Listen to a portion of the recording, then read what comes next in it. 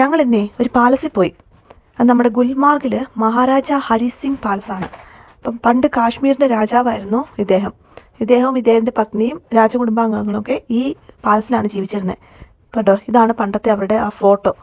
അതാണ് രാജാവും രാജ്ഞാവിൻ്റെ പത്നിയുടെ പേര് ശ്രീമതി താരാദേവി. ഞങ്ങൾ കൊട്ടാരം മുഴുവൻ കണ്ടു നോക്കി. വളരെ ചെറിയൊരു കൊട്ടാരം. നമ്മൾ സാധാരണ കാണുന്ന കൊട്ടാരങ്ങൾക്കൊക്കെ ഒരുപാട് മുറികളും, ഇതിനകത്ത് ആകെ ഉള്ളത് ഒരു 3 ബെഡ്റൂം, ഒരു ഊട്ടുപുര. അത് താഴത്തെ നിലയിലാണ്. താഴത്ത് അണ്ടർഗ്രൗണ്ടിലേക്ക് പോകണം. അതൊരു വലിയ ഊട്ടുപുരയാണ് കേട്ടോ. അത് ഇതിനകത്തുണ്ട്.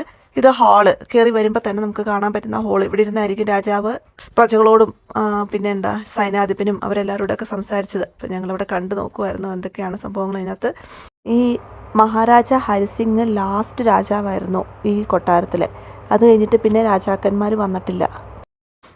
ഒന്നുമില്ല, മറ്റേ സോഫകളൊക്കെ കൂട്ടി വെച്ചിരിക്കുന്നു. പിന്നെ ആ രാജാവിൻ്റെ ഹോളിൽ നിന്നുള്ള ലുക്ക് വരുത്താൻ വേണ്ടി ആ ചുമന്ന കർട്ടനൊക്കെ.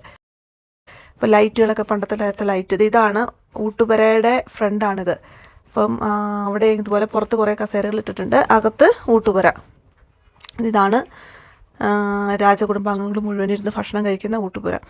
പിന്നെ ഇത് മൊത്തം അവിടെ തോക്കുകളും പിന്നെ രാജാവ് ഉപയോഗിച്ച വാള്, പരിച, അങ്ങനെ അന്നത്തെ കാലത്ത് അവർ യുദ്ധത്തിന് ഉപയോഗിച്ചിരുന്ന എല്ലാ ആയുധങ്ങളും ഇവിടെ നിരത്തി വെച്ചിട്ടുണ്ട്.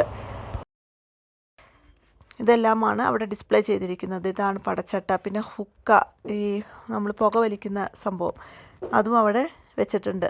അപ്പോൾ അന്നത്തെ കാലത്തെ എല്ലാ സംഭവങ്ങളും, ക്ലോക്ക്, അതെല്ലാം അവിടെ ഡിസ്പ്ലേക്ക് വെച്ചിട്ടുണ്ട്.